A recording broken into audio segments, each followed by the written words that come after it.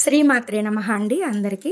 ఈ 2026 సంవత్సరం ఏప్రిల్ 26 తారీఖు అంటే రేపు వైశాఖ మాసంలో వచ్చే శనివారం చాలా అద్భుతమైన రోజు. రేపు వైశాఖ మాసంలో వచ్చే శనివారాలు శ్రీ మహావిష్ణువుకు మరియు శనిదేవుని ఆరాధనకు ఎంతో విశిష్టమైనవి. ఈ రోజుల్లో తెల్లవారుజామున నిద్రలేచి స్నానమాచరించి తులసి దళాలతో విష్ణువుని పూజించడం, నువ్వుల నూనెతో దీపారాధన చేయడం వల్ల సకల పాపాలు తొలగి సుఖ సంతోషాలు కలుగుతాయని మనకి పురాణాల ద్వారా తెలుస్తుంది. వైశాఖ మాసం శనివారం పూజా విధానం ఎలా చేయాలో ఇప్పుడు తెలుసుకుందాం. ఉదయం స్నానం అంటే బ్రహ్మ ముహూర్తంలో ఉదయం 4 గంటల నుండి 5:30 లోపు నదీ స్నానం లేదా ఇంటి వద్దే స్నానం ఆచరించాలి. ఆ స్నానం చేసే నీళ్ళల్లో పసుపు కానీ కొద్దిగా గంగాజలం కానీ కలుపుకుని స్నానం చేయాలి. ఆ తర్వాత పూజా మందిరాన్ని శుభ్రం చేసుకుని సర్దుకుని వెంకటేశ్వర స్వామి వారి పటం ఉంటే లేదా విగ్రహం ఉంటే పెట్టుకొని దీపారాధన చేయాలి. ఆముదం నువ్వుల నూనెతో లేదా ఆవు నెయ్యి ఉపయోగించి దీపారాధన చేయాలి. విష్ణు పూజ ఎలా చేయాలంటే శ్రీ మహావిష్ణువును లక్ష్మీదేవిని తులసి దళాలతో పూజించాలి. విష్ణు సహస్రనామం పారాయణం చేయడం కూడా ఇంకా మంచిది. విష్ణు అష్టోత్తరం, లక్ష్మీ అష్టోత్తరం ద్వారా తులసి దళాలతో పూజ చేసుకోవాలి. ఇప్పుడు నేను థంబ్‌నెయిల్‌లో పెట్టాను కదండి మామిడి పండ్ల సమర్పణ అని. వైశాఖ శనివారాల్లో విష్ణువుకి మామిడి పండ్లను నైవేద్యంగా సమర్పించడం విశేషంగా వస్తుంది. ఈ రోజున కనుక వైశాఖ శనివారం రోజున మామిడి పండ్లను విష్ణుమూర్తికి నివేదన చేయడం ద్వారా ఆయన పరిపూర్ణ అనుగ్రహం మనకి కలుగుతుంది. ఇంకా దానం ఏం చేయాలంటే ఈ మాసంలో అన్నదానం, జలదానం అంటే నీరు, పాదరక్షలు లేదా వస్త్రదానం చేయడం వల్ల 10 రెట్ల పుణ్యఫలం లభిస్తుంది. రేపు మనకి తోచినంతలో దానం చేద్దాం. రేపు మనకు తోచినంతలో దానం చేసుకుంటే విష్ణుమూర్తి యొక్క, లక్ష్మీదేవి యొక్క పరిపూర్ణ అనుగ్రహం మనకు కలుగుతుంది. వాళ్ళిద్దరి కరుణా కటాక్షాలు మనకి జీవితాంతం తోడుంటాయి. ఉపవాసం విషయానికి వస్తే మనం వీలైనంత వరకు శనివారం ఉపవాసం ఉండడం లేదా నిరాహారంగా ఉండి సాయంత్రం పాలు పండ్లు తీసుకుంటే మంచిది.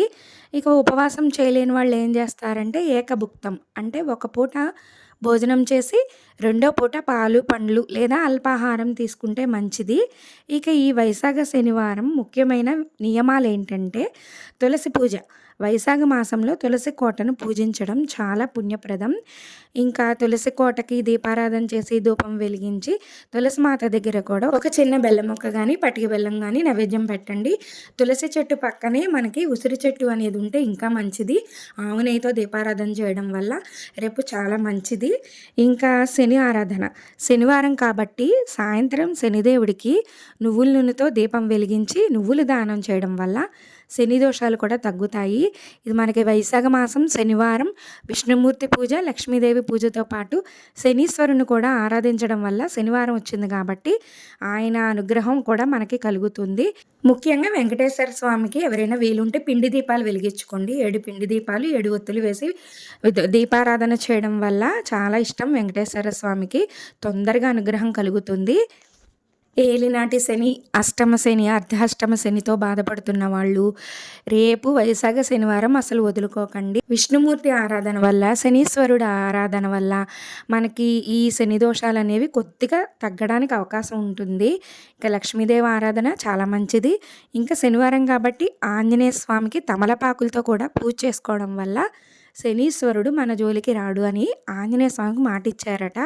అంటే రాడు అంటే ఉధృతం అనేది మనకి కొద్దిగా తగ్గుతుంది. శనీశ్వరుడు యొక్క ప్రభావం అనేది మనకు కొద్దిగా తగ్గుతుంది. కాబట్టి ఆంజనేయ స్వామిని తప్పకుండా ప్రార్థించండి. ఆలయానికి వెళ్ళి తులసాకుల పూజ చేయించుకోండి. సింధూరం పూజ కూడా చేయించుకోండి. హనుమాన్ చాలీసా పఠించండి. మనకి శివాలయంలో నవగ్రహాలు ఉంటాయి కదండి, అక్కడ శనీశ్వరుడు కూడా ఉంటాడు. కాబట్టి శనీశ్వరుడికి తైలాభిషేకం చేసుకుని నువ్వుల దానం ఇచ్చుకుని దీపారాధన చేసి బెల్లం ముక్క నైవేద్యం పెట్టుకుని ఆ తర్వాత శనీశ్వరుడి స్తోత్రం ఉంటుంది, ఆ స్తోత్రం చదువుకోండి. శుభ్రంగా అక్కడే కాళ్ళు అవి కడిగేసుకోండి. కాలువ అది ఉంటే కాలువ కడిగేసుకోండి, లేకపోతే ఇంటికి వచ్చి తల స్నానం చేయడం మర్చిపోవద్దు. ఇక సాయం సంధ్యా సమయంలో మళ్ళీ విష్ణుమూర్తికి దీపారాధన చేసుకుని చక్కగా రకరకాల పువ్వులతో, లక్ష్మీదేవికి ఇష్టం కాబట్టి ఎర్రని పూలు, పసుపు పూలు, వెంకటేశ్వర స్వామికి, లక్ష్మీదేవికి ఇష్టమైన పువ్వులను అలంకరించి ఆ తర్వాత ఇష్టమైన పదార్థాలు నైవేద్యం పెడితే చాలా మంచిది. రేపొద్దున్న వీలుంటే వైష్ణవాలయానికి ఏదో ఒక ఆలయానికి వెళ్ళండి. ఇలా ఈ పూజా విధానాన్ని పాటించడం ద్వారా వైశాఖ మాసంలో విష్ణు కృపతో పాటు శనీశ్వరుని అనుగ్రహం కూడా పొందొచ్చు. ఈ వీడియో కనుక మీకు నచ్చినట్లయితే మన ఛానల్ని సబ్స్క్రైబ్ చేసుకోండి. శ్రీమాత్రే నమః.